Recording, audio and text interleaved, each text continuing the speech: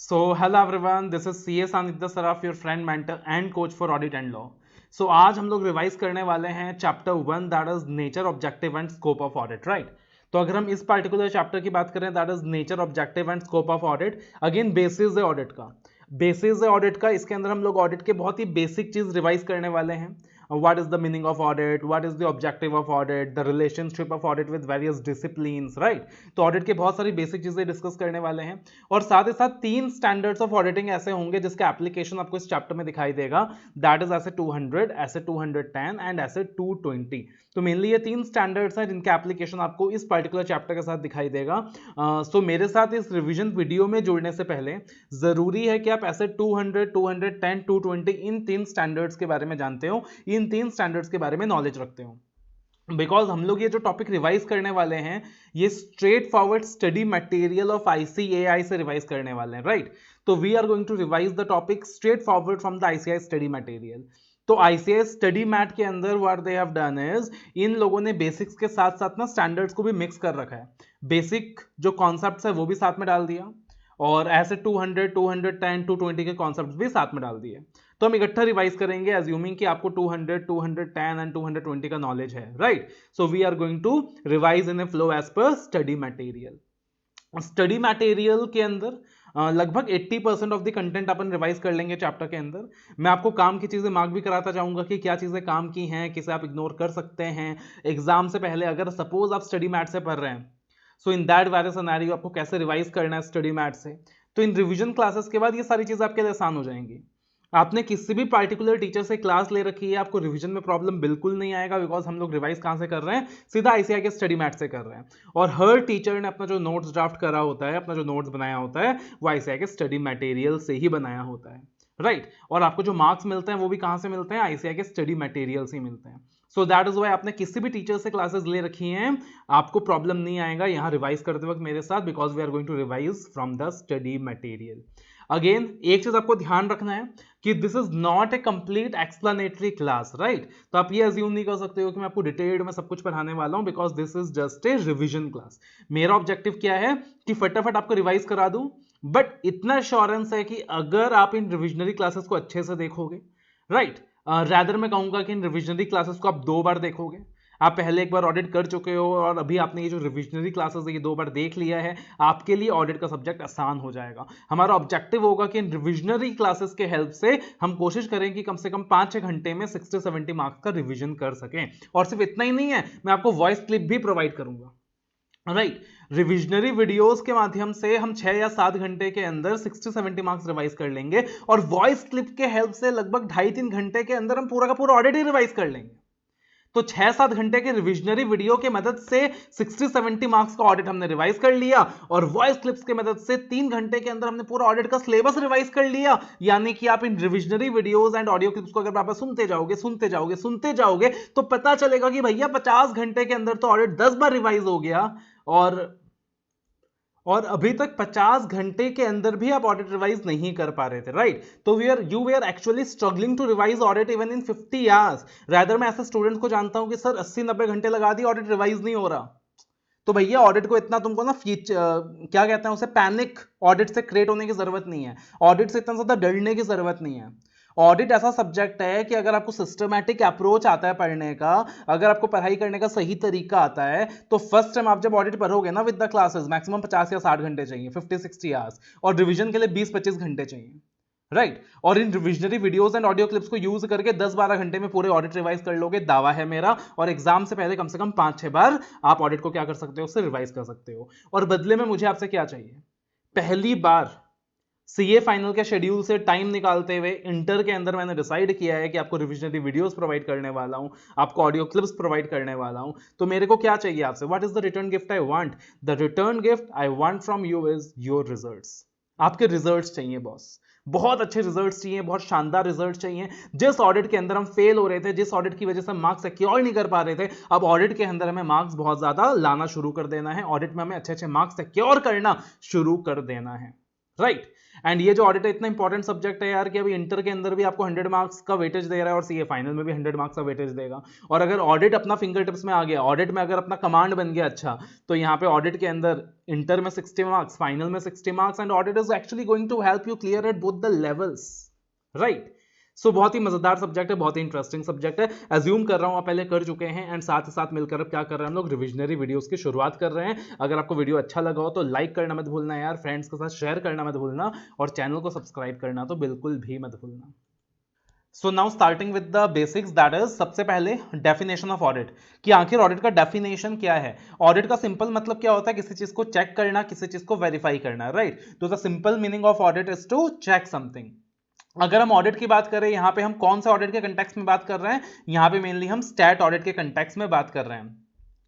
सो audit का मतलब क्या हो गया, ऑडिट का मतलब हो गया कि जो फाइनेंशियल स्टेटमेंट्स प्रिपेयर किया जा रहा है, फाइनेंशियल स्टेटमेंट्स की चेकिंग हो रही है यहां पे, राइट। तो when we talk about the context of audit in case of companies, तो यहां पे कंपनीज के अंदर जो फाइनेंशियल स्टेटमेंट्स प्रिपेयर किया जा रहा है, balance sheet, P&L, cash flow statement, notes to account, statement of changes in equity, right. तो कंपनी के अंदर जो बैलेंस शीट प्रिपेयर किया जा रहा है, वो बैलेंस शीट ट्रू है या फेयर है कि नहीं है, that is what we have to check. जब हम स्टैंडर्ड्स ऑफ ऑडिटिंग पढ़ते हैं तो ऐसे 200 के अंदर भी हम डिस्कस करते हैं, तो objective of the auditor is to report whether the financial statements reflect true and fair view. जब हम कंपनी ऑडिट पढ़ते हैं तो सेक्शन 143 के अंदर भी हम डिस्कस करते हैं, सेक्शन 143 सबसेक्शन 2 के अंदर हम लोग डिस्कस करते हैं that the objective of the auditor is to report whether the financial statements reflect true and fair view. जब अपन कंपनी अकाउंट्स का चैप्टर स्टडी करते हैं तो वहां भी सेक्शन 129 के अंदर लिखा हुआ है that financial statements should reflect true and fair view of the affairs of the enterprise, है ना। तो अल्टीमेटली हमारे ऑडिट का ऑब्जेक्टिव ही क्या होता है, रिपोर्ट करना कि weather the financial statements reflect true and fair view, कि जो फाइनेंशियल स्टेटमेंट्स प्रिपेयर की गई है वो ट्रू एंड फेयर पिक्चर दे रही है कि नहीं, सही सही पिक्चर दे रही है कि नहीं, कहीं उसमें गलत बातें डेपिक्ट तो नहीं की गई है। अब ये जो ऑडिट होता है ये एक इंडिपेंडेंट एग्जामिनेशन होता है। एज ए ऑडिटर हमारा इंडिपेंडेंस इंश्योर करना जरूरी होता है, इसीलिए सेक्शन 141 के अंदर हम लोग देखते हैं कि बहुत सारे डिस्क्वालिफिकेशंस दिए हैं to ensure the independence of an auditor, right। तो ऑडिट क्या होता है, इंडिपेंडेंट एग्जामिनेशन होता है of the financial information of any entity. ये एंटिटी कौन सी एंटिटी है, कंपनीज की बात हो रही है यहाँ पे, राइट। इस एंटिटी का मतलब यहाँ पे कंपनीज की बात हो रही है, कोई भी एंटिटी। अब कंपनीज के अंदर प्रॉफिट मेकिंग होना क्या जरूरी है क्या, the answer is no, profit making होना जरूरी नहीं है। अगर पतंजलि एक सेक्शन 8 ऑर्गेनाइजेशन है, सेक्शन 8 कंपनी है, तो उसका भी ऑडिट होगा। रिलायंस का ऑडिट होगा तो पतंजलि का भी ऑडिट होगा, राइट। आईसीआई का भी ऑडिट होता है। तो ऑडिट हर एंटिटी का होता है, चाहे वो प्रॉफिट मेकिंग हो या ना हो, irrespective of the size and legal structure. तो डेफिनेशन के अंदर क्या दिया हुआ है, audit is the independent examination of financial information of an entity irrespective of the fact whether that entity is profit making or not, irrespective of its size and legal structure, public हो, private हो, listed हो, non listed हो, profit making हो, non profit making हो, कोई फर्क नहीं पड़ता। and objective क्या है, to express opinion।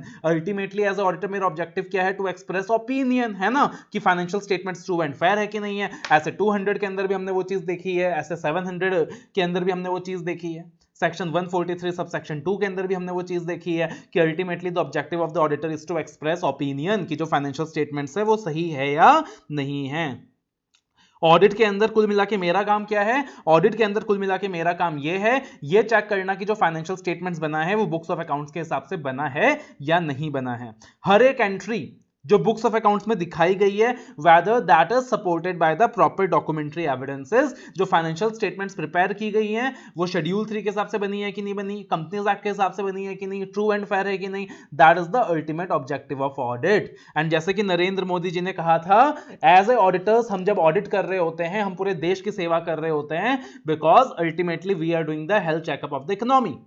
बिकॉज आप सोच के देखो कि कंपनी ने जो फाइनेंशियल स्टेटमेंट्स प्रिपेयर किया है, अगर वो फाइनेंशियल स्टेटमेंट्स गलत हो गए तो सोचो किसको किसको लॉस होगा, सारे के सारे स्टेक होल्डर्स को लॉस होगा। अगर कंपनी प्रॉफिट्स कम दिखा रही है तो गवर्नमेंट को टैक्सेस कम पे कर रही है, एम्प्लॉयज को पैसा कम दे रही है। अगर कंपनी प्रॉफिट ज्यादा दिखा रही है तो इन्वेस्टर्स को उकसा रही है कि आओ और पैसा लगाओ। इन्वेस्टर्स पैसा लगाएंगे, फिर इन्वेस्टर्स का पैसा डूब जाएगा और वहां सत्यम जैसा कांड निकल के आ जाएगा, right. So that is why अपने को समझना पड़ेगा कि ये जो ऑडिट है इसका जो उद्देश्य है बहुत ही बड़ा है।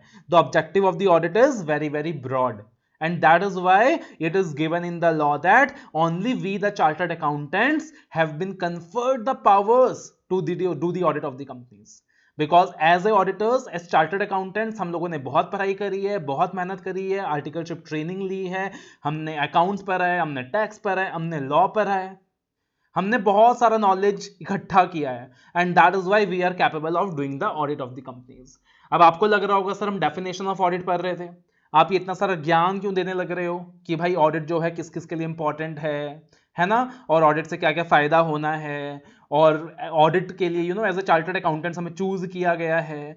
तो ये जो सारी बातें मैं आपको बता रहा हूँ, ये सारा आपको इस चैप्टर के अंदर मिलने वाला है। You are going to get all in the chapter. देखो अगला टॉपिक क्या है, ऑब्जेक्टिव ऑफ द ऑडिट। तो ऑब्जेक्टिव ऑफ द ऑडिट क्या बताया मैंने, क्या है ऑब्जेक्टिव ऑफ द ऑडिट? ये चेक करना कि जो फाइनेंशियल स्टेटमेंट्स है वो ट्रू एंड फेयर है कि नहीं है।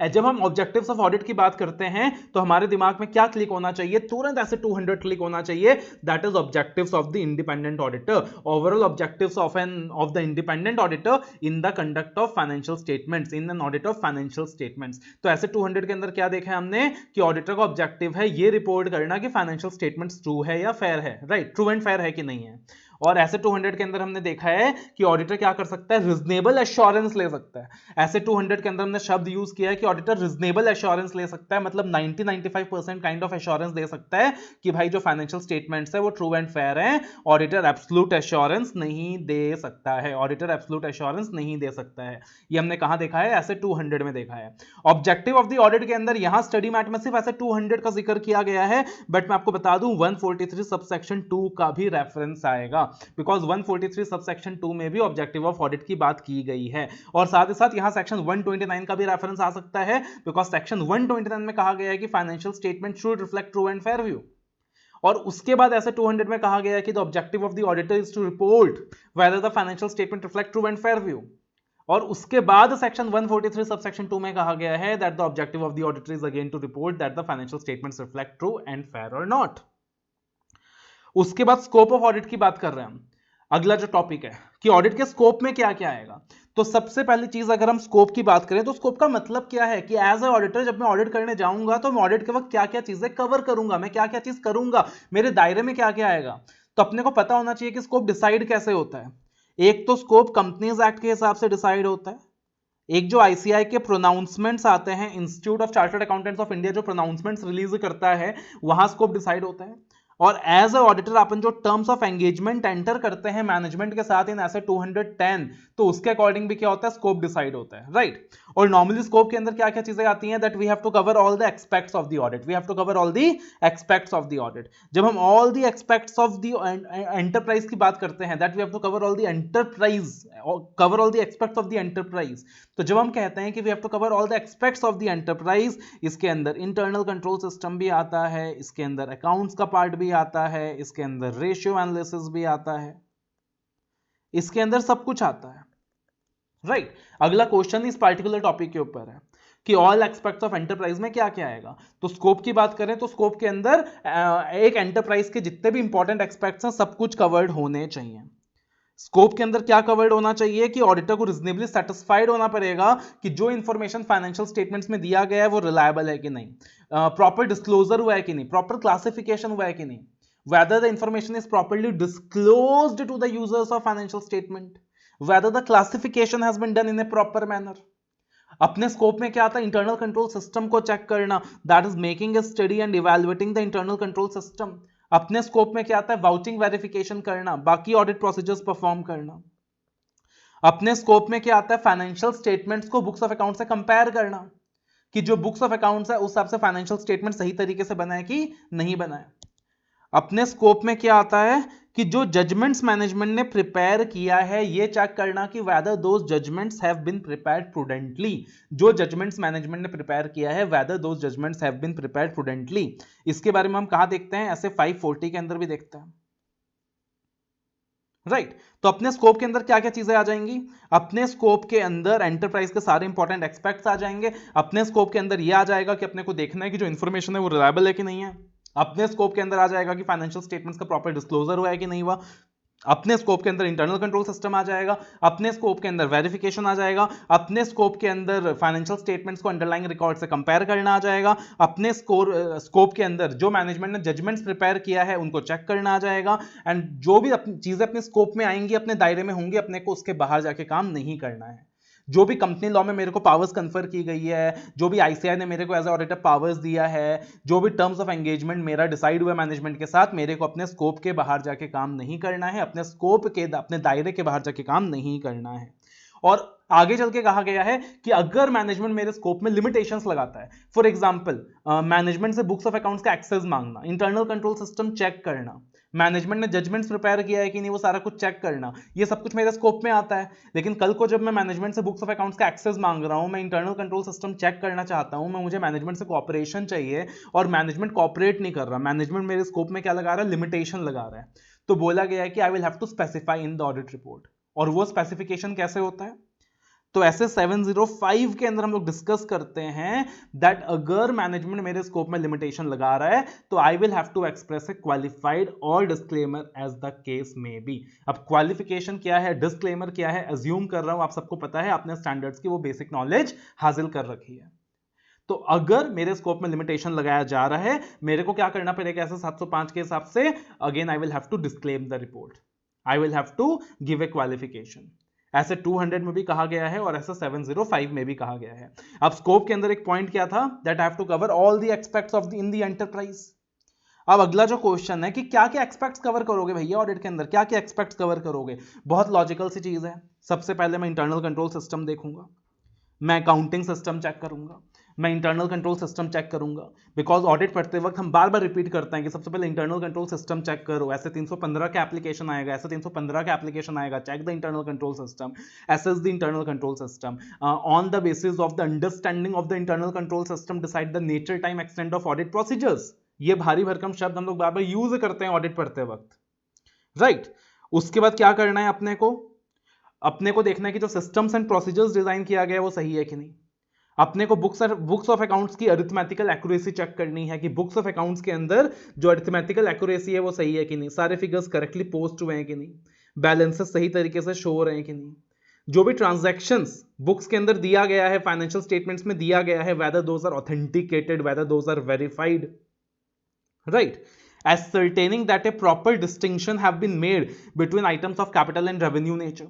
कहीं ऐसा तो नहीं है कि किसी कैपिटल नेचर के आइटम को, किसी कैपिटल खर्चे को पीएनडल में खर्चा दिखा दिया, किसी पीएनडल के खर्चे को बैलेंस शीट में कैपिटलाइज कर दिया। तो ascertain that a proper distinction has been made between the items of capital and revenue nature, comparing the balance sheet and P&L with the underlying records, because ultimately जो balance sheet बना है, जो पीएनडल बना है, वो अंडरलाइंग रिकॉर्ड से तो बना है, बुक्स ऑफ अकाउंट से तो बना है, तो उसको चेक करना भी अपने स्कोप का पार्ट है। वेरिफिकेशन, वाउचिंग किसका करता है हमेशा, खर्चों का, इनकम्स का। वेरिफिकेशन किसका करते हैं हम लोग हमेशा, एसेट्स का, लायबिलिटीज का। तो vouching, verification, right. Checking whether the law and regulation has been complied, कि अगर मैं किसी कंपनी को ऑडिट कर रहा हूं तो कंपनी के ऊपर जो भी लॉज रेगुलेशंस लग रहे हैं, ये चेक करना मेरे को एज ए ऑडिटर की लॉज एंड रेगुलेशंस कंप्लाई हो रहे हैं कि नहीं। ऐसे 250 का रेफरेंस आएगा।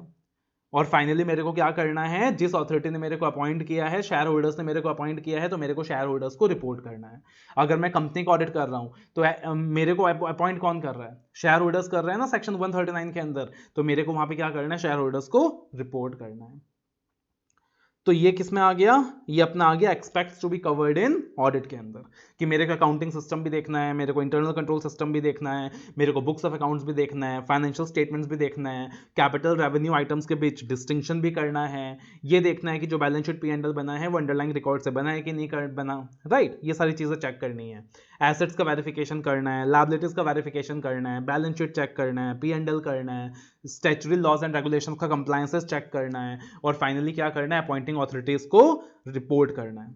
और जो भी असर्शंस मैनेजमेंट ने दी है उनको वेरीफाई करना है। अब असर्शंस का मतलब क्या होता है, असर्शंस का मतलब आपको मैंने डिटेल्ड में दिया हुआ है। असर्शंस के एक अलग से वीडियो आपको मैंने अपने यूट्यूब चैनल के अंदर दिया हुआ है, the meaning of assertions, that is embodiment by the management, declaration by the management. कि मैनेजमेंट क्या करता है, हर एक फाइनेंशियल स्टेटमेंट के आइटम के बारे में डिक्लेरेशन देता है। मेरा खर्चा इतना है, मेरा एसेट कौन कौन सा है, मेरी लायबिलिटीज कौन कौन सी है, एसेट का वैल्यू क्या है, लायबिलिटीज का वैल्यू क्या है, तो वो सारा क्या होता है, असर्शन होता है। और असर्शन का डिटेल्ड मीनिंग मैंने क्या दिया, उसके अलग से यूट्यूब लेक्चर बना रखा है, द मीनिंग ऑफ असर्शन। तो एज अ ऑडिटर मेरे को क्या चेक करना है कि जो असर्शंस मैनेजमेंट ने दी है वो असर्शन सही है कि नहीं है। अगला क्वेश्चन आता है टाइप्स ऑफ ऑडिट, कि ऑडिट कितने प्रकार के होते हैं। तो देखना, एक होता है ऑडिट अंडर लॉ और दूसरा होता है वॉलेंटरी ऑडिट। कंपनीज की अगर हम बात करें तो कंपनीज का ऑडिट क्या होता है, मैंडेटरी होता है। स्टैट्यूट के हिसाब से, लॉ के हिसाब से कंपनी का ऑडिट कराना कंपलसरी होता है कंपनीज के लिए, तो वो क्या हो गया, ऑडिट रिक्वायर्ड अंडर लॉ। लेकिन अगर हम इंडिविजुअल्स की बात करें, अगर हम पार्टनरशिप फर्म्स की बात करें, अगर हम एचयूएफ्स की बात करें, तो उनके लिए ऑडिट कराना कंपलसरी नहीं होता, ऑप्शनल होता है। लेकिन अगर वो एंटिटीज अपना ऑडिट कराते हैं तो उनके अलग फायदे हैं। बैंक से लोन आसानी से मिल जाएगा, उनके फाइनेंशियल स्टेटमेंट्स को एक्सटर्नल अथॉरिटीज ज्यादा रिलाई करेंगी, डिस्प्यूट सेटलमेंट में आसानी होगी। तो इस तरीके से अन्य एडवांटेजेस मिलने वाले हैं इंडिविजुअल्स को, पार्टनरशिप फर्म्स को, एचयूएफ्स को, अगर वो ऑडिट कराती हैं तो वो किस में आ गया, वॉलंटरी ऑडिट के कैटेगरी में आ गया। और ऑडिट रिक्वायर्ड अंडर लॉ के अंदर क्या आ गया, कंपनीज का ऑडिट। तो अगेन इसके ऊपर भी कभी कभी क्वेश्चन पूछा जा सकता है। उसके बाद advantages of audit of financial statements, कि अगर हम ऑडिट की बात करें तो ऑडिट के एडवांटेजेस क्या हैं, राइट। फाइनेंशियल स्टेटमेंट्स के ऑडिट के एडवांटेजेस क्या है, इतना हाई तो पे मचा क्यों रखा है भैया। Audit is a independent examination, audit shall be done, chartered accountant has to be appointed, ये इतना हाई तो पे मचा क्यों रखा है, ऑडिट का इतना एडवांटेजेस क्या है आखिरकार, what is the advantage of audit. तो लॉजिकल सी चीज है भाई, लॉजिकल सी चीज है कि अल्टीमेटली कंपनी के जितने भी स्टेक होल्डर्स हैं, स्टेक होल्डर्स मतलब जैसे फॉर एग्जांपल कंपनी के शेयर होल्डर्स जो कि कंपनी के ओनर्स हैं, कंपनी के क्रेडिटर्स, कंपनी के एम्प्लॉयज, गवर्नमेंट, सप्लायर्स, क्रेडिटर्स, ये सारा कंपनी के साथ इनको रिलेशन बनाना है कि नहीं, स्टैब्लिश करना है कि नहीं, ये कंपनी का फाइनेंशियल देखकर डिसाइड करते हैं ना। शेयर होल्डर देखता है अच्छा कंपनी प्रॉफिट कमा रही है, मैं शेयर खरीदूंगा। कंपनी प्रॉफिट कमा रही है तो अकॉर्डिंगली गवर्नमेंट को टैक्सेस मिलता है, गवर्नमेंट भी फिस्कल मेजर्स देती है। सप्लायर्स कहता है कि अच्छा भाई ये कंपनी अच्छा प्रॉफिट कर रही है, क्रेडिट में माल दूंगा। बैंक कहता है लोन दूंगा। तो that is all dependent upon the information, the financial information the company is showing, right. So advantages of audit क्या है कि अगर जो फाइनेंशियल स्टेटमेंट्स का ऑडिट हुआ है वो एक चार्टर्ड अकाउंटेंट ने किया है, इंडिपेंडेंटली किया है, तो ये सारे के सारे स्टेक होल्डर्स का इंटरेस्ट प्रोटेक्ट करेगा। It acts as a moral check on employees at the same time, कि एम्प्लॉयज को क्या होगा, फ्रॉड वगैरह करने में डर लगेगा कि भाई ऑडिट होने वाला है, ऑडिटर आएगा कल को चेक करेगा, मेरी जो चोरी है वो पकड़ी जा सकती है। टैक्सेस का जो फिगर है वो रिलायबल होगा, ट्रेड डिस्प्यूट के सेटलमेंट में आसानी होगी, जो बैंकर्स है वो ज्यादा रिलाई करेंगे कि before giving loans and everything, ये पता चल जाएगा कि बुक्स ऑफ अकाउंट्स अच्छे से मेंटेन्ड है कि नहीं है, इंटरनल कंट्रोल सिस्टम अच्छा है कि नहीं, ये पता चल जाएगा, राइट। जिन कंपनीज का ऑडिट होता है तो उनको लाइसेंसेस वगैरह आसानी से मिल जाती है, पार्टनरशिप फर्म के केस में डिस्प्यूट सेटलमेंट में आसानी होती है। तो ये सारा क्या हो गया, एडवांटेजेस ऑफ ऑडिट हो गया। अब अगला जो कॉन्सेप्ट दिया हुआ है यहाँ पे, इनहेरेंट लिमिटेशंस ऑफ ऑडिट, ये जो कॉन्सेप्ट है ये अपन ऐसे 200 में देखते हैं, that is overall objectives of the independent auditor and the conduct of an audit in accordance with standards of auditing. तो ये जो इनहेरेंट लिमिटेशंस का कॉन्सेप्ट है ऐसे 200 में देखते हैं कि ऑडिट करने के बाद क्या इस बात का एब्सोल्यूट एश्योरेंस मिल जाएगा कि फाइनेंशियल स्टेटमेंट्स में एरर्स, फ्रॉड्स नहीं है, नहीं। ऑडिट होने के बाद भी इस बात का एब्सोल्यूट एश्योरेंस नहीं मिलने वाला कि कंपनी के अंदर एरर्स, फ्रॉड्स नहीं है। ऑडिट होने के बाद भी सिर्फ रीजनेबल एश्योरेंस मिल सकता है, 90% तसल्ली मिल सकती है, 100% तसल्ली नहीं मिल सकती है, राइट। तो ऐसे 200 के अंदर कहा गया है this is because of certain inherent limitations of an audit and there are 4 inherent limitations. इसको याद करने का एक फॉर्मूला दिया है मैंने, that auditor is a fat man having various limitations. Auditor is a fat man having various limitations. तो क्या हो गया ये, F से फाइनेंशियल रिपोर्टिंग, A से ऑडिट प्रोसीजर्स, T से timeliness of cost benefit and then limitations. F से financial reporting मतलब nature of financial reporting, A से ऑडिट प्रोसीजर्स मतलब nature of audit procedures, T से timeliness of cost benefit and then other limitations. Nature of financial reporting का मतलब क्या हो गया कि फाइनेंशियल रिपोर्टिंग चीज ही ऐसी है कि फाइनेंशियल स्टेटमेंट्स बना कौन रहा, आखिरकार मैनेजमेंट बना रहा है। As an auditor, I'm not going to prepare the financial statements. Management is going to prepare the financial statements, and there is an inherent risk involved in preparation of financial statements. Because management को क्या करना है, judgements बनाना है, management को हर जगह अपना judgements apply करना है, अनसर्टेनिटी के ऊपर चीजें बेस्ड हैं। कभी कभी हो सकता है कि फाइनेंशियल स्टेटमेंट बनाने वाला बंदा इतना नॉलेजेबल नहीं है, तो बहुत सारे रिस्क इन्वॉल्व है। नेचर ऑफ फाइनेंशियल रिपोर्टिंग ऐसा है कि हमेशा लिमिटेशंस रहेगा ही रहेगा ऑडिट के अंदर। उसके बाद नेचर ऑफ ऑडिट प्रोसीजर्स, अगर हम नेचर ऑफ ऑडिट प्रोसीजर्स की बात करें तो एज ए ऑडिटर मेरे जो पावर्स है वो लिमिटेड है। एज ए ऑडिटर मेरे पास सीआईडी जैसे पावर्स नहीं है, मेरे पास इन्वेस्टिगेटिंग ऑफिसर्स जैसे पावर्स नहीं है, मेरे जो पावर्स है वो लिमिटेड है, राइट। जो मैं एविडेंसेस कलेक्ट करता हूं वो एविडेंसेस पर्सुएसिव होता है रादर देन कंक्लूसिव। एक सेंटेंस हम लोग यूज करते हैं कि जो एविडेंसेस मैं कलेक्ट करता हूं एज ए ऑडिटर वो क्या होता है, पर्सुएसिव होता है रादर देन कंक्लूसिव।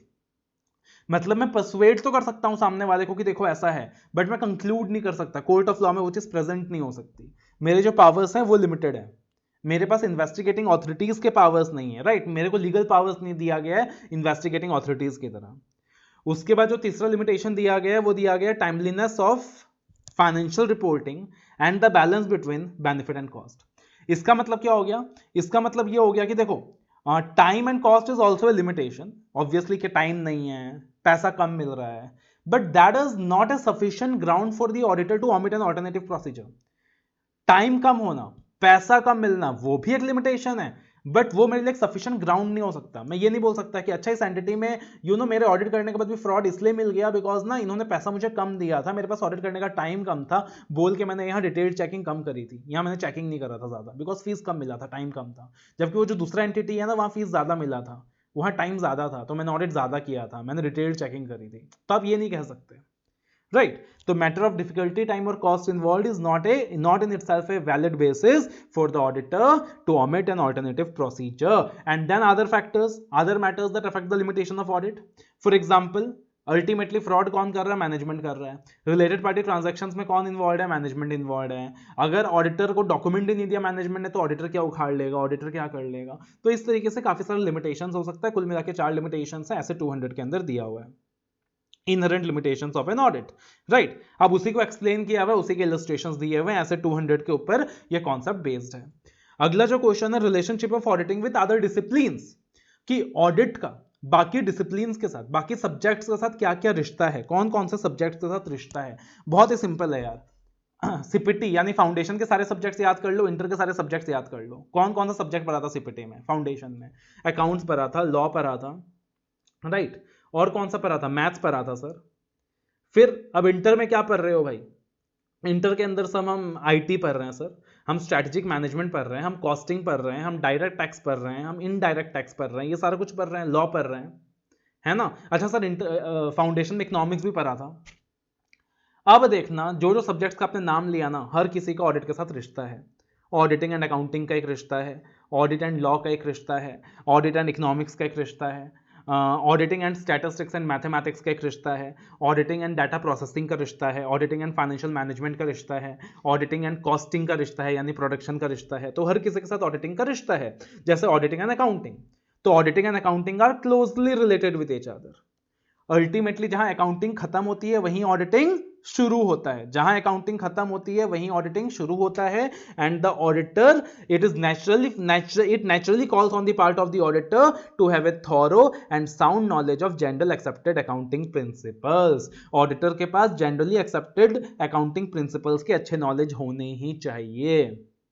उसके बाद ऑडिटिंग एंड लॉ, तो again relationship between auditing and law is a very close one. Auditor को क्या चेक करना है, ये चेक करना है कि जो भी ट्रांजैक्शन सेंटर की गई है वो लॉ रेगुलेशन के हिसाब से है कि नहीं। ऑडिटर को डायरेक्ट टैक्सेशन का नॉलेज होना चाहिए, इनडायरेक्ट टैक्सेशन का नॉलेज होना चाहिए, और जो बाकी जनरल लॉज है जैसे कि कॉन्ट्रैक्ट एक्ट हो गया, नेगोशिएबल इंस्ट्रूमेंट्स एक्ट हो गया, उनका भी जनरल अंडरस्टैंडिंग होना चाहिए। ऐसे 250 का भी एप्लीकेशन आ सकता है यहाँ पे। ऑडिटिंग एंड इकोनॉमिक्स, ऑडिटर को ओवरऑल इकोनॉमिक एनवायरनमेंट की जानकारी होनी चाहिए। अगर मैं किसी आईटी सेक्टर में लेटर से इन्फोसिस को ऑडिट करने जा रहा हूं तो मेरे को ओवरऑल इकोनॉमिक एनवायरनमेंट का तो जानकारी होना चाहिए ना, कि भाई ओवरऑल इकोनॉमिक एनवायरनमेंट में क्या चल रहा है आईटी सेक्टर्स का, right.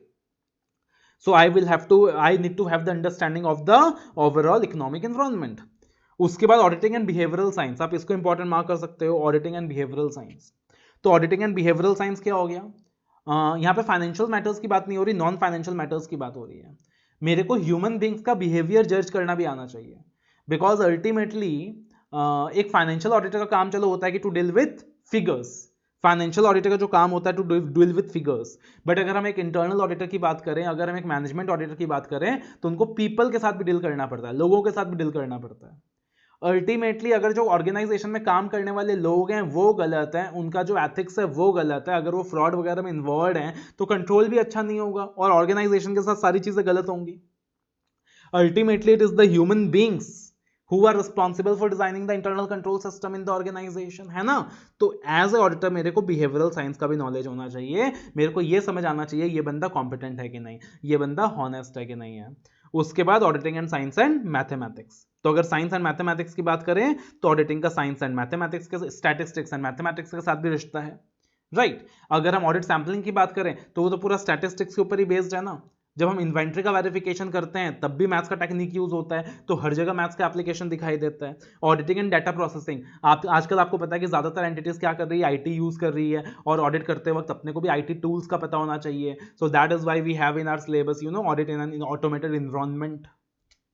So again auditing and data processing, auditing and financial management की अगेन हम बात करें तो ऑडिट करते वक्त हमें जनरल नॉलेज किस चीज का होना चाहिए, फाइनेंशियल टेक्निक्स का, जैसे कि कैपिटल मैनेजमेंट कैसे हो रहा है, fund flow, ratio analysis, capital vesting, capital structure. इसके लिए आपके सिलेबस में क्या है, एफएम है, फाइनेंशियल मैनेजमेंट है।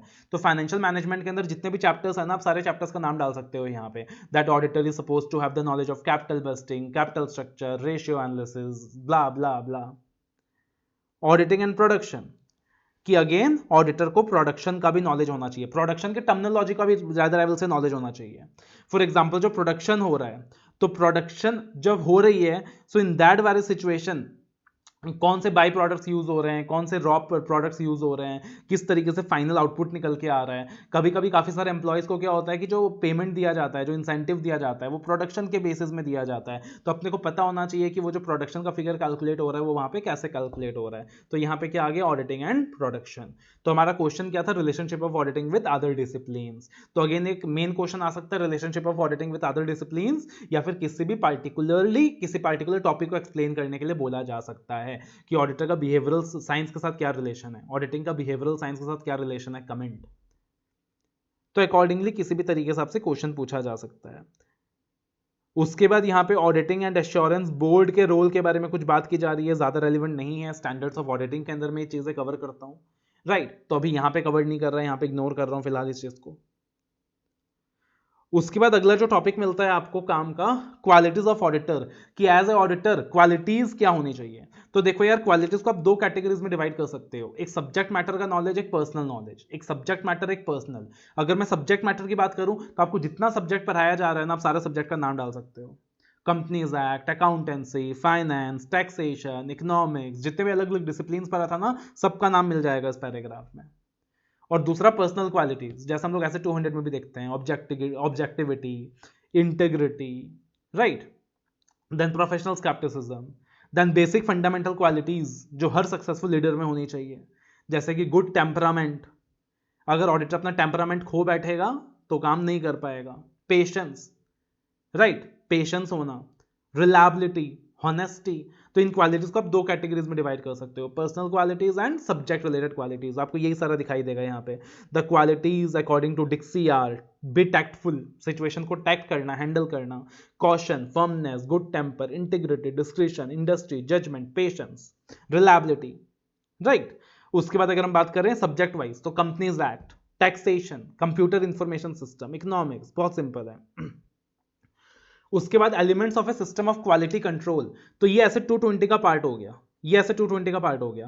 क्लासेस के अंदर ना मैंने सेग्रीगेशन कर रखा है, स्टैंडर्ड का पार्ट स्टैंडर्ड में पढ़ा रखा है और बाकी सारा चैप्टर्स के अंदर पढ़ा रखा है। बट क्योंकि आपको मैं स्टडी मैथ से रिवाइज करा रहा हूं, तो मैं एक बार आपको सब कुछ रिवाइज करा रहा हूं साथ में, राइट। तो elements of a system of quality control ऐसे 200 के अंदर दिया हुआ है, एसक्यूसी 1 के अंदर दिया हुआ है, standards on quality control SQC 1 के अंदर दिया हुआ है कि एज ए ऑडिटर जब मैं ऑडिट करने जाऊंगा, मेरी फर्म ऑडिट करने जाएगी, तो मेरे को क्वालिटी कंट्रोल मेंटेन करना है, मेरे को क्वालिटी का ध्यान देना है, बिकॉज हम इंस्टीट्यूट को रिप्रेजेंट कर रहे हैं, आईसीआई को रिप्रेजेंट कर रहे हैं।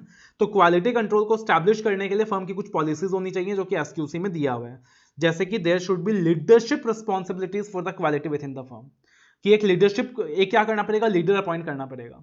आप देखो, एक क्रिकेट टीम लीडर के बिना अधूरा है, फुटबॉल टीम लीडर के बिना अधूरा है, एक देश लीडर के बिना अधूरा है। सिमिलरली एक ऑडिट टीम लीडर के बिना अधूरा है।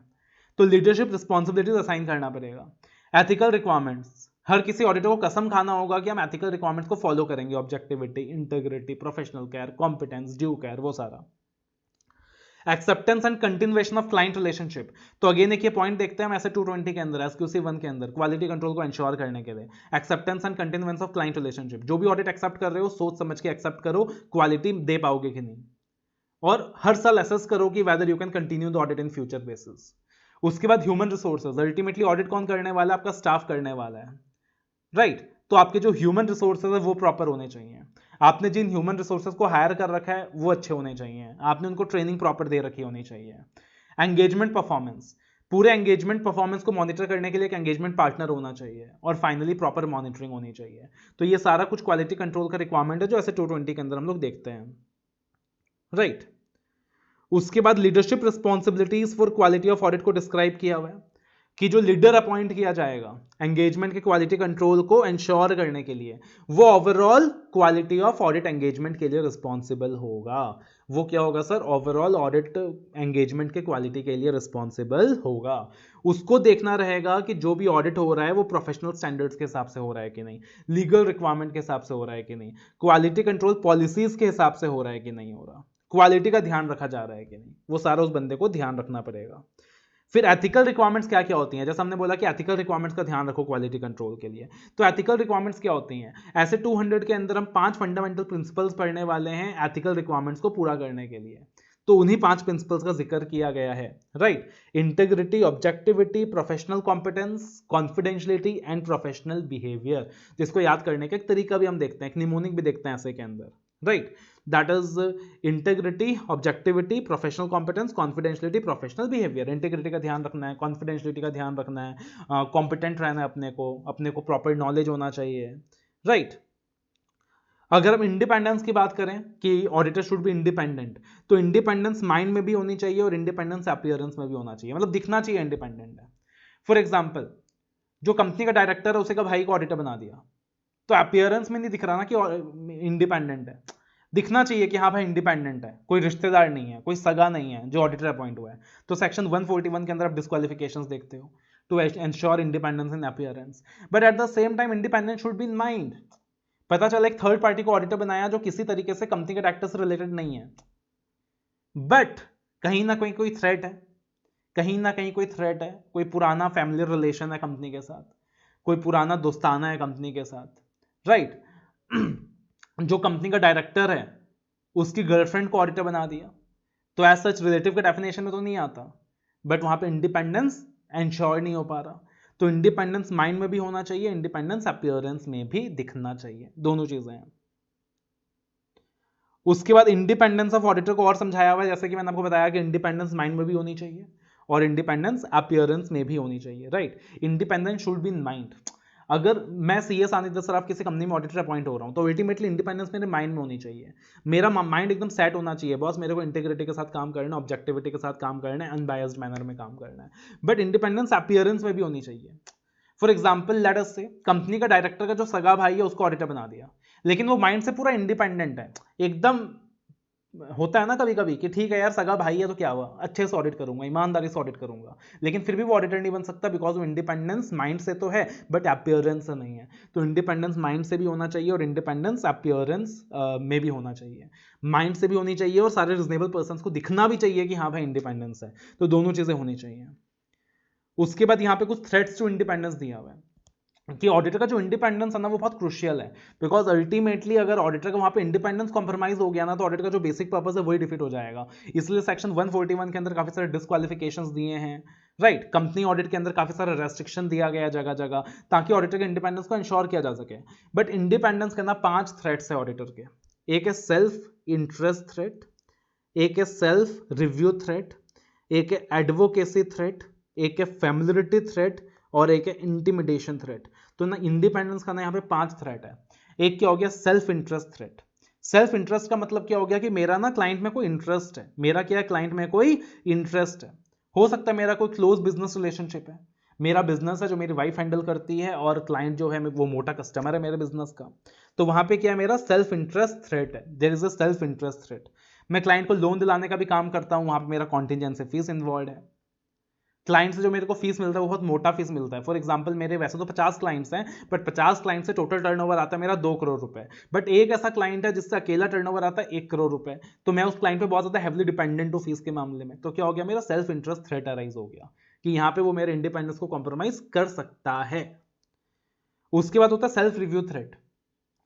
सेल्फ रिव्यू थ्रेट का मतलब क्या हो गया कि फॉर एग्जांपल लेट अस से मैं एक कंपनी का स्टैट ऑडिटर हूं और मैं ही कंपनी के अकाउंट्स बना रहा हूं, तो अल्टीमेटली मैंने ही अकाउंट्स बनाया है और मैं ही ऑडिट करने वाला हूं, मतलब अपने काम को मैं ही रिव्यू करने वाला हूं। मैंने कंपनी का इंटरनल कंट्रोल सिस्टम डिजाइन किया है और मैं ही कंपनी का स्टैट ऑडिटर हूं, तो इंटरनल कंट्रोल सिस्टम भी मैंने ही डिजाइन किया है, एज अ स्टैट ऑडिटर मैं इंटरनल कंट्रोल सिस्टम को रिव्यू भी खुद ही करूंगा। समझ रहे हो? मैं एज अ स्टैट ऑडिट मैं कंपनी को एक्चुअरियल सर्विसेज प्रोवाइड कर रहा हूँ, इन्वेस्टमेंट एडवाइजरी सर्विसेज प्रोवाइड कर रहा हूँ, इंटरनल ऑडिट सर्विसेज प्रोवाइड कर रहा हूँ। तो क्या हो जाएगा कि अपना काम मैं खुद ही रिव्यू कर रहा हूँ। तो यार अपना काम कोई भी इंडिपेंडेंटली रिव्यू नहीं कर सकता, अपनी कमियां कोई खुद नहीं निकाल सकता। तो वो क्या हो गया? Self review threat. और सेल्फ रिव्यू थ्रेट को दूर करने के लिए आप देखोगे कि कंपनीज एक्ट के अंदर ना सेक्शन 144 दिया है, प्रोहिबिटेड सर्विसेज, कि एक stat audit actuarial services provide नहीं कर सकता, internal audit, investment advisory, accounting, वो सारा सर्विसेज प्रोवाइड नहीं कर सकता कंपनी को। उसके बाद होता है एडवोकेसी थ्रेट। एडवोकेसी थ्रेट मतलब मैं किसी क्लाइंट को इतना प्रमोट कर रहा हूं, इतना प्रमोट कर रहा हूं कि कहीं ना कहीं मेरी इंडिपेंडेंस कॉम्प्रोमाइज हो रही है। फॉर एग्जांपल मैं जिस क्लाइंट को ऑडिट कर रहा हूं उसी का शेयर्स प्रमोट कर रहा हूं, किस कंपनी का शेयर खरीद लो, राइट? या फिर कंपनी का जब लिटिगेशन हो रहा है, कंपनी का जब केस चल रहा है थर्ड पार्टीज के सामने, तो मैं उस कंपनी का केस हैंडल कर रहा हूं, उस कंपनी का एडवोकेट बन के भी काम कर रहा हूं। तो वो क्या हो गया? एडवोकेसी थ्रेट, मेरा इंडिपेंडेंस कॉम्प्रोमाइज हो रहा है।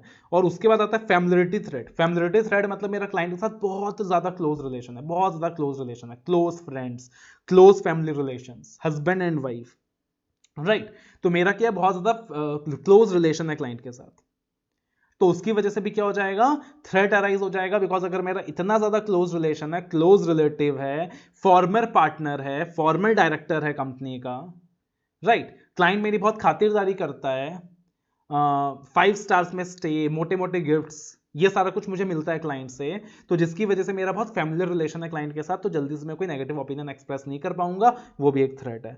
और फिर फाइनली क्या हो गया? इंटिमिडेशन थ्रेट, मतलब मेरे को डराया जाता है, मेरे को धमकाया जाता है, तू अगर अच्छे से ऑडिट करेगा और अगर तू हमारे खिलाफ एडवर्स ओपिनियन दे देगा तो हम तेरे को ऑडिट से निकाल देंगे, हम तेरी फीस कम कर देंगे। तो ये क्या हो गया? डराना। तो ये क्या हो गया? Intimidation threat, this is also a threat. तो ये 5 तरीके का थ्रेट्स हो गया हमारे इंडिपेंडेंस के लिए। फिर बोला सेफगार्ड्स टू इंडिपेंडेंस, कि ये जो इंडिपेंडेंस है, इंडिपेंडेंस के जो थ्रेट्स हैं, हम इससे बचें कैसे, सेफगार्ड कैसे करें? तो बोला क्वालिटी का ध्यान रखो, ऐसे 220 के अंदर, एसक्यूसी 1 के अंदर जो क्वालिटी कंट्रोल की बातें हैं उसका ध्यान रखो। जो की फंडामेंटल ऑडिट प्रिंसिपल्स हैं जिसकी बात ऐसे 200 में भी होती है, इंटेग्रिटी, ऑब्जेक्टिविटी, प्रोफेशनल स्केप्टिसिज्म, उनका ध्यान रखो। ऑडिट एक्सेप्ट करने से पहले सोच लो कि भाई कहीं तुम्हारे इंडिपेंडेंस को कॉम्प्रोमाइज तो नहीं करना पड़ेगा, और अगर तुमको लगता है कि ऑडिट एक्सेप्ट करने से पहले कोई थ्रेट है तो उस काम को एक्सेप्ट मत करो, और अगर ऑडिट करते वक्त तुमको लगता है कि थ्रेट है तो उस काम को छोड़ दो। तो ये क्या हो गया हमारा? Safeguards to independence, this are the safeguards to independence. उसके बाद प्रोफेशनल स्केप्टिसिज्म को एक्सप्लेन किया हुआ है। Again professional scepticism is something जो हम ऐसे 200 के अंदर देखते हैं। स्टडी मैट में ना चीजें ऑर्गेनाइज्ड नहीं है, that is the problem. Study mat में चीजें ऑर्गेनाइज्ड नहीं है। हम लोगों ने नोट्स में क्या किया हुआ है कि हाँ भाई जो भी स्टैंडर्ड से रिलेटेड चीजें हैं उसको अलग से स्टैंडर्ड्स में डाला हुआ है, बाकी चीजें चैप्टर्स में डाली हुई है। स्टैंडर्ड में स्टडी मैट में सब कुछ मिक्सड है, बट अज्यूमिंग कि आप सब कुछ पढ़ चुके हो पहले, सो दैट इज वाई हम मिक्सड वे में देख रहे हैं। प्रोफेशनल स्केप्टिसिज्म क्या मतलब होता है? हमेशा अलर्ट रहना, हमेशा क्वेश्चनिंग माइंड रखना, हमेशा अलर्ट रहना, always be critical, always be alert. कहीं भी कुछ भी गलत हो सकता है, कभी भी फ्रॉड मिल सकता है, कहीं भी कुछ भी गलत हो सकता है। There might be any condition that is going to indicate me a possible fraud. Management मेरे को डॉक्यूमेंट नहीं दे रहा तो क्यों नहीं दे रहा, जल्दी दे रहा तो जल्दी क्यों दे रहा है, गलत देर से दे रहा है तो देर क्यों कर रहा है, शक होने की बीमारी। Assessing everything critically, assessing everything critically. कुछ भी अनयूजुअल दिख रहा है तो उसमें ज्यादा शक एक्सरसाइज करना, ऐसा हुआ तो क्यों हुआ। शक्की mind, questioning mind, being alert to circumstances, that is what we call as professional scepticism. और ये जो टर्म ऐसे 200 के अंदर दिखाई देता है, इससे क्या होता है कि आप फ्रॉड्स वगैरह डिटेक्ट कर पाते हो। अगर आपके अंदर प्रोफेशनल स्केप्टिसिज्म की क्वालिटी नहीं है तो आप फ्रॉड्स वगैरह डिटेक्ट नहीं कर पाओगे। तो जितने भी मेजर स्टैंडर्ड्स आपको दिखेंगे ऐसे 240 professional scepticism you should follow, तभी आप फ्रॉड्स को डिटेक्ट कर पाओगे। ऐसे 550 प्रोफेशनल स्केप्टिसिज्म आपको फॉलो करना पड़ेगा, तभी आप रिलेटेड पार्टीज के अंदर मैनिपुलेशंस वगैरह आइडेंटिफाई कर पाओगे, तभी आप रिलेटेड पार्टीज को आइडेंटिफाई कर पाओगे। तो प्रोफेशनल स्केप्टिसिज्म का जिक्र हमेशा आएगा। Professional scepticism is very much necessary to the critical assessment of audit evidence. Professional scepticism क्या है? बहुत ज्यादा जरूरी है for the critical assessment of audit evidence. आपको क्या करना है? हर एक फ्रॉड रिस्क फैक्टर को बहुत ही ध्यान से इवैल्यूएट करना है, राइट? आपको हमेशा केयरफुल रहना है, आपको हमेशा केयरफुल रहना है। कोई भी ऐसा information that brings into question the reliability of documents submitted to you, be careful, right? Any condition that में indicate a possible fraud, be careful. आपको कोई भी अनयूजुअल सर्कमस्टेंस को ओवरलुक नहीं करना। कुछ भी अजीब दिखाई दे रहा है, कुछ भी अनयूजुअल दिखाई दे रहा है, तो आपको उसको इग्नोर नहीं करना, आपको उसको ओवरलुक नहीं करना। जो भी past experience of honesty, of integrity management है, आप उसको इग्नोर नहीं कर सकते। फॉर एग्जाम्पल सत्यम के जो मिस्टर राजू है वो रीइंस्टेट हो गए किसी कंपनी में से डायरेक्टर, आप उसी कंपनी को ऑडिट कर रहे हो, तो आप क्या इग्नोर कर दोगे कि यहाँ पे मिस्टर राजू ने सत्यम में पहले इतना बड़ा फ्रॉड किया था? नहीं कर सकते। That is what we call as professional scepticism. उसके बाद acceptance and continuation of client relationships and audit engagements, ऐसे 220 के अंदर हम लोग पढ़ते हैं, एसक्यूसी 1 के अंदर हम लोग पढ़ते हैं कि ऑडिट एक्सेप्ट करने से पहले सोच समझ के ऑडिट एक्सेप्ट करो। देख लो integrity of the principal owners की management and those charge governance, कि उनकी इंटीग्रिटी सही है कि नहीं, वो लोग ईमानदार हैं कि नहीं। तुम ये देख लो कि तुमको ऑडिट मिल रहा है, इसका मतलब ये नहीं कि you have to just go and do the audit. अगर मेरे को डीटी पढ़ाने का मौका मिल रहा है तो क्या मैं डीटी पढ़ाने चला जाऊं? अगर मेरे को डीटी पढ़ाने का नॉलेज ही नहीं है ना, मैं ऐसा नहीं करूंगा। मैं देखूंगा मैं कॉम्पिटेंट हूं कि नहीं, मैं डीटी पढ़ा पाऊंगा कि नहीं। तो again I have to check whether the engagement team is competent to perform the audit. I will check whether I can comply with the ethical requirements, objectivity, integrity, professional skepticism, वो सारे requirements को follow कर पाऊंगा कि नहीं कर पाऊंगा। तो ये सारी चीजें मुझे देखनी होगी, तभी जाके मैं डिसाइड कर पाऊंगा कि मेरे को ऑडिट एक्सेप्ट करना है कि नहीं, कंटिन्यू करना है कि नहीं। क्लियर है? फिर हमने डिस्कस किया था ह्यूमन रिसोर्सेज, कि ह्यूमन रिसोर्सेज क्वालिटी कंट्रोल के लिए बहुत जरूरी है, क्योंकि अल्टीमेटली जो ऑडिट करने वाला है वो ह्यूमन बींग्स करने वाला है, आपका स्टाफ करने वाला है। तो फर्म को क्या करना है? स्टैब्लिश करना है policies and procedures design to provide reasonable assurance कि उसके पास सफिशिएंट स्टाफ है, कॉम्पिटेंट स्टाफ है, हाई क्वालिटी स्टाफ है, डेडिकेटेड स्टाफ है, कमिटेड स्टाफ है, राइट। तो ह्यूमन रिसोर्सेज अच्छे इंश्योर करने के लिए पॉलिसीज बनानी होगी फर्म के अंदर। रिक्रूट किसको करना है, उनका परफॉर्मेंस इवैल्यूएट कैसे करना है, उनकी जो कैपेबिलिटीज है उसको कैसे असेस करना है, उनका जो रेम्यूनरेशन सिस्टम है वो कैसे डिसाइड करना है, उनके कैरियर में उनको कैसे अच्छी अच्छी चीजें देनी है, कैसा प्रमोशन देना है, कैसा अच्छा रेम्यूनरेशन देना है कि वो हमारे साथ बने रहें। तो ये सारा कुछ आ गया इसमें ह्यूमन रिसोर्सेज के अंदर, राइट। उसके बाद एंगेजमेंट परफॉर्मेंस, एंगेजमेंट परफॉर्मेंस, तो अगेन फर्म को क्या करना है? पॉलिसीज एंड प्रोसीजर्स बनाने हैं इंश्योर करने के लिए कि जो भी ऑडिट हो रहा है ना वो लीगल रिक्वायरमेंट के हिसाब से हो रहा है, जो भी एंगेजमेंट्स का वो ऑडिट परफॉर्म कर रहे हैं वो लीगल रिक्वायरमेंट्स के हिसाब से कर रहे हैं। एंगेजमेंट परफॉर्मेंस, अल्टीमेटली ऑडिट करने अकेला सानिध्य सराफ नहीं जाएगा, सानिध्य सराफ की पूरी टीम जाएगी, 5-6 लोग साथ में जाएंगे, राइट। तो एंगेजमेंट परफॉर्मेंस का मतलब हो गया कि मुझे इंश्योर करना है कि जो 5-6 लोग मेरे साथ ऑडिट करने जा रहे हैं, क्या सबको प्रॉपर ब्रीफिंग मिल रहा है, क्या सबको प्रॉपर ट्रेनिंग मिल रहा है, क्या किसी ने लीडरशिप रिस्पॉन्सिबिलिटी ली। लेट अस से मैं 6 लोगों को लेकर ऑडिट करने गया और मैंने लीडरशिप रिस्पॉन्सिबिलिटी ले ली, तो मेरे को क्या करना पड़ेगा? सारे जितने भी एंगेजमेंट में लोग हैं मेरे साथ, उनको ब्रीफिंग देना पड़ेगा, उनको ट्रेनिंग देनी होगी, उनके काम को रिव्यू करना पड़ेगा, उनके काम को डायरेक्ट करना पड़ेगा, ये सारा कुछ देखना पड़ेगा। That is a part of engagement performance. ये भी हम ऐसे 220 में देखते हैं, एसक्यूसी 1 में देखते हैं। एंड फाइनली मॉनिटरिंग, कि क्वालिटी कंट्रोल को स्टैब्लिश करने के लिए सिर्फ ऊपर लिखी जो भी चीजें हैं उसको डिजाइन करने से कुछ नहीं होगा, उसको प्रॉपर मॉनिटरिंग जरूरी है, उसका प्रॉपर मॉनिटरिंग इंपॉर्टेंट है। क्लियर है? तो ये क्या हो गया? सारा का सारा ऐसे 220 का पार्ट आ गया। फिर pre conditions of an audit, जैसे कि हमने डिस्कस किया था ऐसे 200 के अंदर स्कोप ऑफ ऑडिट के अंदर, कि स्कोप कैसे डिसाइड होता है, या तो आईसीए बताता है, या लॉ के द्वारा डिसाइड होता है, या टर्म्स ऑफ एंगेजमेंट में फिक्स्ड होता है ना, जब एज ऑडिटर मैं एंगेजमेंट एक्सेप्ट करता हूं। तो अब यहां पे बोला pre conditions of audit, audit accept करने से पहले, ऑडिट एक्सेप्ट करने से पहले तुम क्या क्या प्री कंडीशंस लगाओगे। जैसे तुम ऑडिटर बन गया, तुमको किसी कंपनी से ऑफर आया कि be the auditor in my company, तो तुरंत तुम ऑडिट एक्सेप्ट कर लोगे या कुछ कंडीशंस लगाओगे? ऑब्वियस चीज है भैया, कुछ कंडीशंस लगाएंगे, हमारे भी एथिक्स है ना, हमारे भी अपने एथिक्स हैं, हर किसी एंटिटी में ऑडिट एक्सेप्ट नहीं कर लेंगे हम, कुछ क्या लगाएंगे? कंडीशंस लगाएंगे। आप कंडीशंस क्या है? बहुत सिंपल है। आप एक चीज बताओ, फाइनेंशियल स्टेटमेंट बनाना किसका काम है? मैनेजमेंट का। इंटरनल कंट्रोल सिस्टम डिजाइन करना किसका काम है? मैनेजमेंट का। फाइनेंशियल स्टेटमेंट डिजाइन करना भी फाइनेंशियल स्टेटमेंट बनाना भी मैनेजमेंट का काम है, इंटरनल कंट्रोल सिस्टम डिजाइन करना भी मैनेजमेंट का काम है। जब मैं ऑडिट करूंगा तो मेरे को इन्फॉर्मेशन चाहिएगा और इन्फॉर्मेशन को देना भी मैनेजमेंट का काम है। तो मैं मैनेजमेंट के सामने कुछ कंडीशंस लगा दूंगा, कुछ प्री कंडीशंस लगा दूंगा ऑडिट एक्सेप्ट करने से पहले, कि आप मुझे लिख के दीजिए, राइटिंग में दीजिए कि फाइनेंशियल स्टेटमेंट्स एफआरएफ के हिसाब से बना है, फाइनेंशियल रिपोर्टिंग फ्रेमवर्क के हिसाब से बना है। आप मुझे लिख के दो कि internal control system properly designed है। आप मुझे लिख के दो कि कल को जब मुझे इंफॉर्मेशन चाहिएगा ऑडिट के वक्त तो आप मना नहीं करोगे। तो अगर आप ये 3 बातें मुझे लिख के देते हो तो मैं ऑडिट एक्सेप्ट करूंगा, वरना ऑडिट एक्सेप्ट नहीं करूंगा। कौन सी 3 बातें? Financial statements as per FRF, internal control system design in a proper manner, और तीसरा एक्सेस टू ऑल इन्फॉर्मेशन। अगर आप ये 3 बातें लिख के देते हो तब मैं ऑडिट एक्सेप्ट करूंगा, वरना नहीं करूंगा। This is what we call as pre condition of an audit, that is given in asset 210। उसके बाद दिया हुआ है अगेन ऐसे 210 का ही पार्ट है कि जब आप एंगेजमेंट लेटर बनाओगे ऐसे 210 के अंदर, तो एंगेजमेंट लेटर के अंदर क्या क्या चीजें लिखी होंगी। लॉजिकल सी चीज है ना यार, मैंने ऑडिट एक्सेप्ट कर लिया, मैनेजमेंट ने प्री कंडीशंस मान लिया, so in that very scenario engagement letter में क्या क्या लिखा होगा, मेरे ऑडिट का ऑब्जेक्टिव क्या है, मेरे ऑडिट का स्कोप क्या है, मैनेजमेंट की रिस्पॉन्सिबिलिटीज क्या क्या है, मेरे रिस्पॉन्सिबिलिटीज क्या क्या है ना, मेरे ऑडिट का ऑब्जेक्टिव क्या है, मेरे ऑडिट का स्कोप क्या है, मैनेजमेंट की रिस्पॉन्सिबिलिटीज क्या क्या है, एज ए ऑडिटर मेरी रिस्पॉन्सिबिलिटीज क्या क्या है, तो ये सारी चीजें आने वाली हैं।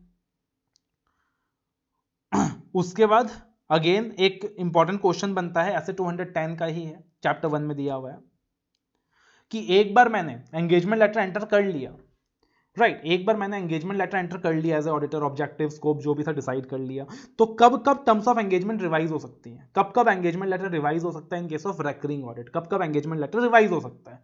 Once the engagement letter is entered normally it will not be revised, but कब कब वो एंगेजमेंट लेटर रिवाइज हो सकता है। तो एंगेजमेंट लेटर में लिखा क्या था, ऑब्जेक्टिव एंड स्कोप, तो अगर लगता है कि ऑब्जेक्टिव एंड स्कोप समझने में मिसअंडरस्टैंडिंग हो गया था, तब एंगेजमेंट लेटर रिवाइज हो सकता है ना। अगर मान लीजिए लेट अस से मैंने ऑडिट एक्सेप्ट करते वक्त देखा था कि जो मैनेजमेंट में लोग हैं वो अच्छे हैं कि नहीं, लेकिन जो सीनियर मैनेजमेंट में लोग हैं वही चेंज हो गए, पहले मिस्टर टाटा चेयरमैन थे, अब दाऊद इब्राहिम चेयरमैन है, recent change in the senior management, तो अगेन वहां पे मेरा एंगेजमेंट लेटर रिवाइज हो जाएगा। पहले मैंने देखा था कि कंपनी के जो ओनर्स है वो टाटा ग्रुप है, बट अब मैंने देखा कि कंपनी का ओनरशिप किसी और के पास चला गया है, तो ओनरशिप स्ट्रक्चर में चेंजेस आया, तब एंगेजमेंट लेटर रिवाइज हो जाएगा। Change in nature of entity, that में भी ये रीजन कि एंगेजमेंट लेटर रिवाइज हो जाएगा, पहले मैं प्राइवेट कंपनी का ऑडिट कर रहा था, वो पब्लिक कंपनी का ऑडिट, पब्लिक कंपनी में कन्वर्ट हो गया, पहले मैं किसी नॉर्मल कंपनी का ऑडिट कर रहा था, वो बैंकिंग कंपनी में कन्वर्ट हो गया, उसने चेन ऑफ ऑपरेशंस इंक्रीज कर दिए हैं, तो दैट में भी लेटर रीजन कि एंगेजमेंट लेटर रिवाइज हो जाएगा। चेंज इन लीगल और regulatory requirement, law regulation change हो गया, पहले शेड्यूल 3 एप्लीकेबल था, अब एक नया शेड्यूल आ गया, कोई शेड्यूल 2 एप्लीकेबल है, राइट, शेड्यूल 3 की रिक्वायरमेंट चेंज हो गई, तब एंगेजमेंट लेटर रिवाइज हो जाएगा। एफआरएफ की रिक्वायरमेंट चेंज हो गई, तब एंगेजमेंट लेटर रिवाइज हो जाएगा। तो दिस आर द ग्राउंड्स कि एंगेजमेंट लेटर कब कब रिवाइज हो जाएगा। Limitations on scope prior to audit engagement acceptance, कि अगर मेरा ऑडिट एक्सेप्ट करने से पहले मैनेजमेंट लिमिटेशन लगा देता है, मैं ऑडिट एक्सेप्ट नहीं करूंगा unless and until it is a requirement of the law. अगर मेरे ऑडिट एक्सेप्ट करने से पहले मैनेजमेंट लिमिटेशंस लगा देता है तो मैं ऑडिट एक्सेप्ट नहीं करूंगा sir unless and until it is a requirement of the law. This is what it has been said. Clear है, यहां ऐसे 210 की ही बातें दी हुई हैं। आगे चल के कहा हुआ है कि मान लो लेटर से रेकरिंग ऑडिट के अंदर there is a change in circumstance और मैनेजमेंट रिक्वेस्ट कर रहा है कि आप क्या कर लो, टर्म्स रिवाइज कर लो। मैनेजमेंट रिक्वेस्ट कर रहा है आप टर्म्स रिवाइज कर लीजिए, तो हम मानेंगे कि नहीं मानेंगे? हम देखेंगे जो टर्म्स रिवाइज किया जा रहा है उस टर्म्स का इफेक्ट किया, what is the change and whether there is the reasonable justification to change the engagement. Management जो चेंजेस प्रपोज कर रहा है क्या उसका कोई रीजनेबल जस्टिफिकेशन है to change the engagement. For example पहले एंगेजमेंट लेटर में लिखा हुआ था कि मैं जब बुक्स का एक्सेस मांगूंगा मैनेजमेंट मेरे को देगा, बट अब मैनेजमेंट मुझे कह रहा है कि हम टैक्स रिकॉर्ड आपको प्रोवाइड नहीं करेंगे, बट उसका रीजनेबल जस्टिफिकेशन ये है कि वो जो इनकम टैक्स रिकॉर्ड है ना वो इनकम टैक्स डिपार्टमेंट ने सीज कर लिया है, तो वहां पर रीजन जस्टिफाइड है, आई कैन कंटिन्यू। बट अगर मैंने देखा कि वहां पे रीजन जस्टिफाइड नहीं है, there is no reasonable justification, फालतू का मैनेजमेंट रेस्ट्रिक्शन लगा रहा है मेरे काम पे। Auditor conclude, if the auditor concludes that there is a reasonable justification to change the engagement and the audit work performed complied with the standards, the report would be appropriate. The auditor should not agree to a change of engagement whether there is no reasonable justification to doing so. तो अगर reasonable justification नहीं है, management फिर भी क्या कर रहा है, टर्म्स को चेंज करने को कह रहा है, तो मैं क्या कर लूंगा, विड्रॉ कर लूंगा। मैं क्या कर लूंगा, विड्रॉ कर लूंगा। मैं बोलूंगा भैया मैं रिजाइन करके जा रहा हूं, और साथ ही साथ डिटरमाइन कर लूंगा एज ए ऑडिटर कि मैं विड्रॉ तो कर रहा हूं, बट क्या किसी रेगुलेटरी अथॉरिटी को कम्युनिकेट करने की मेरी कोई रिस्पॉन्सिबिलिटी बनती है, क्या किसी रेगुलेटरी अथॉरिटी को कम्युनिकेट करने की मेरी कोई रिस्पॉन्सिबिलिटी बनती है। अब आगे देखना यार, इलस्ट्रेशन दिया हुआ है कि ये भी ऐसे 220 के ऊपर बेस्ड है, बट जब तक ऐसे 220 आप अच्छे से डिटेल्ड में नहीं पढ़ लोगे आप इलस्ट्रेशन कर नहीं सकते, बिकॉज अभी यहाँ पे स्टैंडर्ड्स का हमने सिर्फ इंपॉर्टेंट पॉइंट जो दिख रहा है ना साथ साथ रिवाइज कर लिया, बट स्टैंडर्ड्स का आपको कंप्लीट नॉलेज होना चाहिए, तभी आप ये सारे इलस्ट्रेशंस वगैरह कर पाओगे। तो ये जो इलस्ट्रेशन दिया हुआ है ये ऐसे 220 के ऊपर बेस्ड है, एंड ऐसे 220 का प्रॉपर नॉलेज चाहिए आपको to solve this illustration. Again ये जो केस स्टडी दी हुई थी यहाँ पे ये भी ऐसे 200 के ऊपर बेस्ड है, आपको ऐसे 200 का प्रॉपर नॉलेज चाहिए to solve this case studies. Clear है? फिर उसके बाद यहां पे again test your knowledge, correct incorrect, तो ये सारा क्वेश्चंस दे दिया यहां पे, तो आप इनको क्या कर लेंगे, अगेन रेफर कर लेंगे। तो देखना यार, स्टडी मैथ से पढ़ते वक्त ना सबसे बड़ी जो डिफिकल्टी अराइज होती है वो ये होती है कि इन्होंने बेसिक्स और स्टैंडर्ड्स में ना खिचड़ी खिचड़ी पका दिया इन्होंने। बेसिक्स डाल दिया, स्टैंडर्ड्स डाल दिए। अगर आपने इस चैप्टर को पढ़ने से पहले ऐसे 200, 210 एंड 220 ये तीन स्टैंडर्ड्स अच्छे से कर लिया होता। कौन से? 200 overall objectives, 210 that is terms of engagement, 220 quality control, read with SQC1। अगर आपने ये तीन स्टैंडर्ड्स अच्छे से कर लिया होता तो आप देखोगे कि पूरा आधा स्टडी मैथ तो ये तीन स्टैंडर्ड्स के ऊपर बेस्ड है। 200, 210, 220 if you have done this three standards. इन तीन स्टैंडर्ड्स के अलावा जो टॉप क्वेश्चंस हैं वो बेसिक क्वेश्चंस हैं कि ऑडिट क्या है, स्कोप ऑफ ऑडिट क्या है, expect to be covered in audit क्या है, टाइप्स ऑफ ऑडिट क्या है, relationship of audit with other disciplines क्या है, advantages of audit of financial statements क्या है। तो ये सारा बेसिक क्वेश्चन है। बट इसके बाद जनरली जितने भी क्वेश्चन हैं सब स्टैंडर्ड्स ही पूछा हुआ है। Inherent limitations of audit, quality control के नॉर्म्स, हर एक क्वालिटी कंट्रोल के प्रिंसिपल को समझाया है, प्री कंडीशन, तो वो सारा कुछ स्टैंडर्ड के ऊपर बेस्ड है, जिसके लिए आपको क्या होना चाहिए सर? स्टैंडर्ड्स का नॉलेज होना चाहिए। तो एज्यूमिंग कि आपने स्टैंडर्ड्स भी कर लिया था, हमने उसे भी रिवाइज कर लिया है, राइट? उसे भी रिवाइज कर लिया है। तो मोटा मोटी रूप में 80% of the chapter we have revised. Hopefully this revision session was beneficial for you, and if yes, please don't forget to like the videos and share the videos with your friends, and let's stay connected for the second revisionary videos that is going to come very soon.